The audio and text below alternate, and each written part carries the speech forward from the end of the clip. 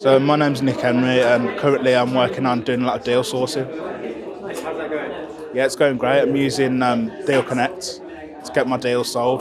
It's working fantastically at the moment. Nice. And what is Deal Connect for those who don't know? So Deal Connect is a website set up by the Samuel Leeds team where you can essentially look at vetted deals that have already been checked over by experienced professionals, and that way you know that you're getting a great deal before you even buy. And how is that useful for someone like you? So that's useful for me because obviously I upload my deals on there. They're then visible for investors to look through and invest in themselves. Great. And what would you have had to have done before that existed? Before that existed, I'd have to go out and obviously find my investors myself. Find people that have qualified, that have got the funds to invest, make sure that they're ready, and basically go through with them. Yeah, it made my workflow a lot easier.